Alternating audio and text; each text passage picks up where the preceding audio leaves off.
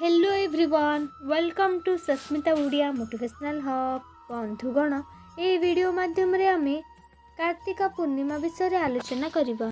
समस्त मास मध्य कार्तिक मास अत्यंत धर्म मास अटे। मास सारा धर्म कर्म लोके करिथांती।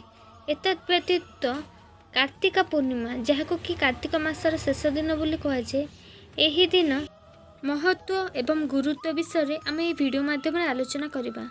ता सहित कार्तिक पूर्णिमा रे जो आम डंगा बसौचे ताहार पूजा विधि संपर्क आम यही वीडियो माध्यम आलोचना करबा। तबे चलंतु बंधुगण, आउ विलंब न करी वीडियो को आम आरंभ करबा। कार्तिक पूर्णिमा को शरद पूर्णिमा, गंगा स्नान पूर्णिमा एवं त्रिपुरी पूर्णिमा रूप से जना जाए। पौराणिक कथा अनुसार उल्लेख रही जे एही कार्तिक पूर्णिमा दिन भगवान शिव एक अद्भुत रथरे आरोहण करी त्रिपुरा नामक भयानक राक्षसर अंत करथिले। एणु कार्तिक पूर्णिमा को त्रिपुरी पूर्णिमार संज्ञा दिया जायछि। भगवान शिव त्रिपुरा राक्षस को मारी तीन लोकरे पुनः धर्म स्थापन करथिले। एही कारणरू भगवान भोलानाथ को त्रिपुरी नाम रे पूजन करा जाए।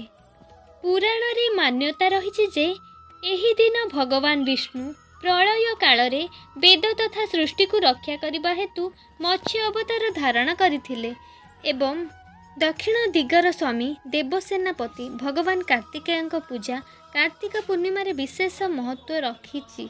तेबे बंधुगण, चलंतु जानिबा कार्तिक पूर्णिमा सहित जोड़ा किछि धार्मिक रहस्य, महत्व और नियम विषय। हिंदू धर्म रे कार्तिक मास को एक धार्मिक मासर आख्या दिया जायछि, कारण भगवान कार्तिकेय नाम रे एही मासटीर नामकरण करा जायछि। मान्यता रही जे एही कार्तिक मासटी संपूर्ण भावरे भगवान शिवं को अर्पित अटे।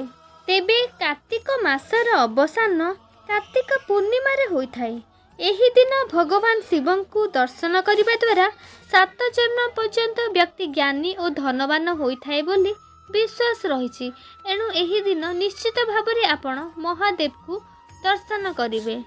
एही दिन चंद्र जेबे आकाश रे उदित हुअंती सेही समय रे शिवा, संभूति, संतति, प्रीति, अनुसूया एवं क्षमा एही षडकृतिकांक पूजन करिबा द्वारा भगवान शिवंक प्रसन्नता प्राप्त होइथाय बोली विश्वास रही।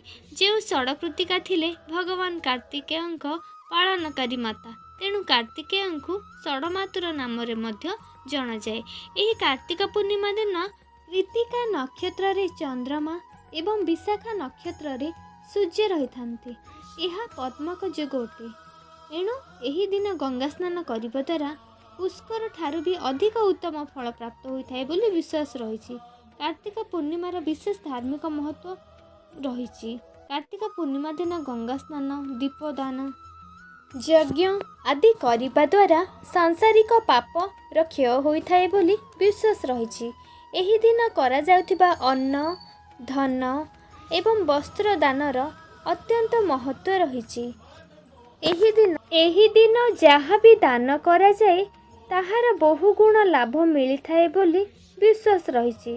मान्यता अनुसार एही दिन व्यक्ति जहाँ भी किछि दान करिथाए से सबु ताहा पाई स्वर्ग संरक्षित होई रहिथाए बोली विश्वास रही। एही दिन गोदान करिबा द्वारा गुणवान संतानर प्राप्ति होइथाए बोली विश्वास रही। शास्त्र रे वर्णित अछि जे कार्तिक पूर्णिमा दिन पवित्र नदी, सरोवर एवं धर्मस्थान रे स्नान करबा द्वारा विशेष पुण्य प्राप्ति होइथाए। एही पूर्णिमा रे दीपदान करिबार एक विशेष महत्व रही। एही दिन दीपदान करिबा द्वारा देवी देवतांक आशीर्वाद प्राप्त होइथाए। तेबे कार्तिक पूर्णिमा हेउची एपरि एक दिन जो दिन रे कि आपणक देवता माननकु प्रसन्न करि पारिबे। तेणु एही दिन को देवता माननकु प्रसन्न करिवार एक विशेष दिन बोली धरा जाइथाए। एही दिन पूजा पाठ करी व्यक्ति निजर कृत्य त्रुटि मानकर क्षमा प्रार्थना भगवान को पाखरे करि पारिथाए। एही पूर्णिमा रे भगवान लक्ष्मी नारायणकर पूजा भी अति शुभ मना जाइथाए। जदि संभव हुए तेबे आपण भगवान सत्यनारायण कथा एही पूर्णिमा दिन अवश्य शुणन्तु।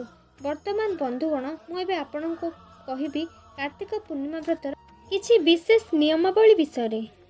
बंधुगण, पूर्णिमा व्रत करने प्रत्येक भक्त माने सूर्य उदय पूर्व स्नान सारिबा उचित। सूर्य उदय ठारू आरंभ होई पूर्णिमार उदित चंद्र पर्यंत अन्न जल ग्रहण करने निषेध।